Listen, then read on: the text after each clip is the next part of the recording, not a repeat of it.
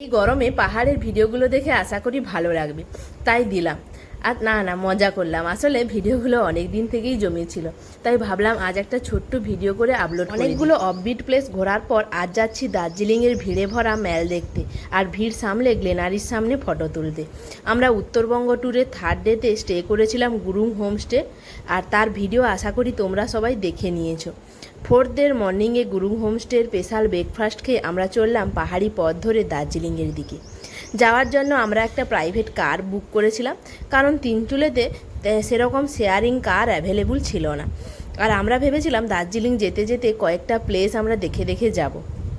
ঘুম স্টেশনটা দেখার ইচ্ছে থাকলেও পার্কিংয়ের প্রবলেমের জন্য ওটাতে আর নামা হয়নি, তাই এরপর চলে এলাম ঘুম মোনাস্ট্রিতে। এখানে বেশ অনেকক্ষণই ঘুরলাম। এই মোনাস্ট্রির সামনে বেশ কয়েকটা ছোট ছোট দোকানও ছিল, তবে খুব দাম ছিল এখানকার। যেহেতু টয় ট্রেনের শহরে ঢুকে গেছি, তাই চারিদিকে খালি শুনতে পাচ্ছিলাম টয় ট্রেনের কুঝিকঝিক আওয়াজ। মোনাস্ট্রির পাশ দিয়ে অনেকগুলো টয় ট্রেনেও যেতে দেখলাম। আসলে ওই টয় ট্রেনগুলোর ভিডিও ক্লিপ নেওয়া হয়নি। আসলে চারিদিকে এত সুন্দর একটা অ্যাম্বিয়েন্স যে ভিডিও করার কথা খেয়ালই থাকে না। মোনাস্ট্রির ভেতরে যদিও ফটো ভিডিও করা নিষিদ্ধ, তাও সবার চোখের আড়ালে একটু ক্লিপ তুলে নিয়েছিলাম। যাই হোক, এখান থেকে বেরিয়ে সোজা চলে গিয়েছিলাম বাতাসিয়া লুপে। এই বাতাসিয়া লুপে এন্ট্রি ফি নিচ্ছিল পার হেড 50 টাকা করে। যদিও ঠিক খেয়াল নেই, অনেক দিন হয়ে গেল তো। এই বাতাসিয়া লুপ থেকে দেখা যায় কাঞ্চনজঙ্ঘার একটা সুন্দর ভিউ আর পুরো দার্জিলিংয়ের শহরটাকে। আর এই মাঝখানের লুপটাকে ঘিরে টয় ট্রেনের ঘোরা। এখানে বেশ ভিড়ই ছিল, আর এখানে সবাই দার্জিলিংয়ের অথেন্টিক ড্রেস পরে মাঝে মাঝে ছোটো ছোটো চা বাগানগুলোতে ফটো ভিডিও করছিল। এই ড্রেসগুলো পরার জন্য ভাড়া নিচ্ছিল পার হেড 50। প্রচুর ফটোগ্রাফারও ছিল ফটো তুলে দেওয়ার জন্য।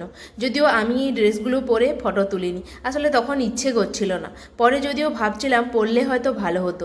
যাই হোক, আমরা এখান থেকে দার্জিলিং শহরটাকে দেখতে পেলেও কাঞ্চনজঙ্ঘার ভিউটা আর দেখার সৌভাগ্য হয়নি, কারণ সেদিন কাঞ্চন পুরো মেঘে ঢেকেছিল। আর এদিকে আমি একটু স্টাইল মেরে ফাঁকা টয় ট্রেনের লাইনগুলোতে একটু হেঁটেও নিলাম। হাঁটতে হাঁটতে জোরে আওয়াজ করতে করতে চলে এলো টয় ট্রেন। যখন পুরো লুপটাকে ঘিরে ঘুরছিল, দেখতে এতটা অপূর্ব লাগছিল যে বলে বোঝানো যাবে না। এই সব দেখতে দেখতে কখন যে দুপুর হয়ে গেছিল তা আর খেয়াল ছিল না।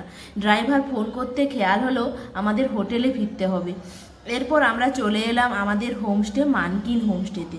দার্জিলিংয়ে আমরা 2 নাইট 3 ডেজ কাটিয়েছি, তবে সেরকম কোথাও গাড়ি করে ঘুরতে যাইনি। তবে পায়ে হেঁটে যেগুলো ঘোরা যায় সেগুলো আমরা ঘুরে নিয়েছি। তো আমাদের হোমস্টে থেকে পায়ে হেঁটে ম্যালের দূরত্ব ছিল মাত্র 3 থেকে 4 মিনিট। আর আমরা পায়ে হেঁটে যেগুলো ঘোরা যায় সেগুলো সবগুলোই প্রায় ঘুরেছি। ম্যাল, মহাকাল মন্দির, চার্চ, দার্জিলিং স্টেশন, আরও দার্জিলিংয়ের অলিগলি, আর দার্জিলিংয়ের বিভিন্ন রেস্টুরেন্টগুলো খাওয়ার ট্রাই করেছি।